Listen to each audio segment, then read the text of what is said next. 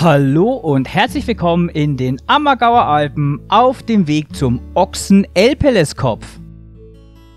Und damit auch herzlich willkommen bei Mountaintour Guide.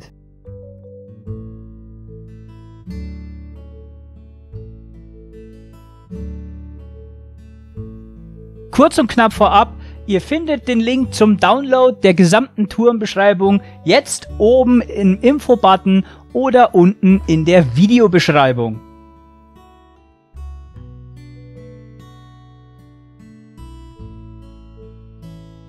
Der Name klingt zwar etwas seltsam, der Aufstieg hingegen ist aber relativ simpel und auch nicht wirklich schwierig und so gesehen für fast jedermann machbar.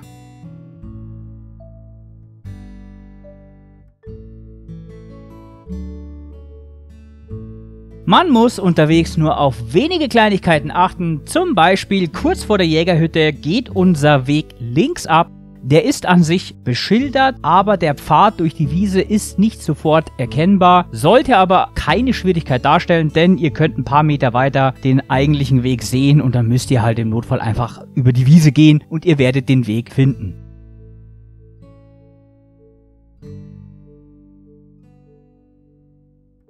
Worauf ihr sonst noch achten solltet, und das lege ich euch jetzt wirklich ans Herz, ist, der Parkplatz ist beim Hotel Ammerwald und nicht auf dem Hotel Ammerwald Grundstück.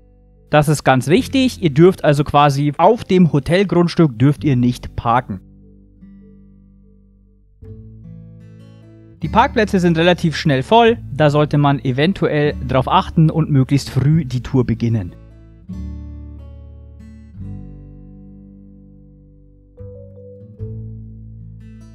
Der Aufstieg bis zur Jägerhütte ist ein ganz normaler Steig, den könnt ihr nebenbei jetzt im Video auch sehen. Da passiert nicht viel. Worauf ihr hier achten müsst, ist der Verkehr. Und mit Verkehr meine ich Mountainbiker. Hier waren auch bei mir unfassbar viele Mountainbiker unterwegs.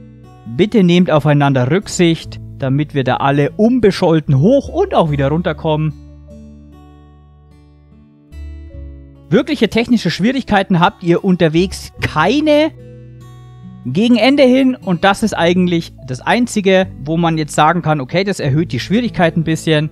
Der letzte Steig zum Gipfel des Ochsen-Elpelleskopf ist einfach steil. Das war's aber auch schon. Wer oben angekommen ist und noch Energie hat, kann den Gipfel selbst überschreiten und noch weiter zum Kreuzkopf rübergehen und von da aus dann wie eine Art Rundweg wieder zurück. Ihr habt das Schild im Video gesehen, ihr könnt auch zum Kreuzkopf gehen und dann den Ochsen-Elpelles als Rückweg nehmen.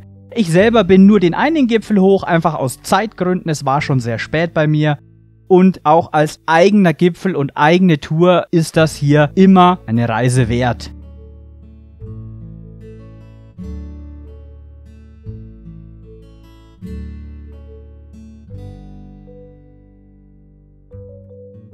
Das Panorama der Ammergauer Alpen ist einfach immer wieder beeindruckend. Ihr seid hier nahe dem Plansee, dementsprechend hoch sind hier auch die Gipfel.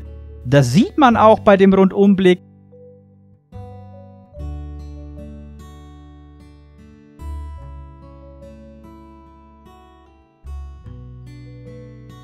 Im Wesentlichen kann ich euch tatsächlich gar nicht mehr sehr viel mehr zu dieser Tour sagen. Wie schon erwähnt, ihr könnt einen kleinen Rundweg draus machen. Ich werde den Kreuzkopf als eigenes Video noch irgendwann hochladen, weil ich ihn noch gehen werde. Das ist dann in der Beschreibung verlinkt.